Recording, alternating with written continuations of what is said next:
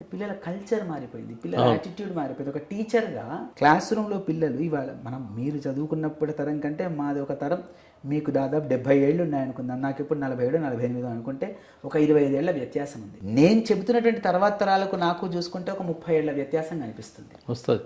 ఈ వ్యత్యాసంలో పిల్లవాడు 45 నిమిషాలు క్లాస్ రూమ్లో ఓపిక్గా కూర్చోలేనటువంటి పరిస్థితి వచ్చింది. కారణం ఎవరు అంటే మళ్ళీ మనమే. 3 రోజుల పాటు కదలకుండా టెస్ట్ మ్యాచ్ చూసినటువంటి మీరు, నేను, మా నాన్నగారు, మా బాబాయో ఇంకొకరు ఆ తర్వాత వన్డే మ్యాచ్లకు వచ్చారు. మా తమ్ముడి తరమో నా కొడుకు తరమో వచ్చేసరికి 2020 మ్యాచ్లు వచ్చినాయి. మా అబ్బాయి తరం వచ్చేసరికి సూపర్ ఓవరే చూస్తున్నారు.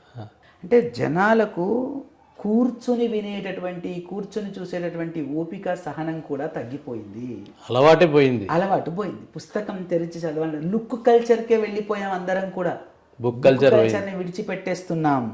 కాబట్టి ఆ లుక్ కల్చర్ నుంచి బుక్ కల్చర్ తేవాలి అంటే క్లాస్ రూమ్లో పిల్లల్ని 45 నిమిషాలు కూర్చోబెట్టాలి అంటే వానికి నచ్చిన అంశమే పద్యం ఉండాలి.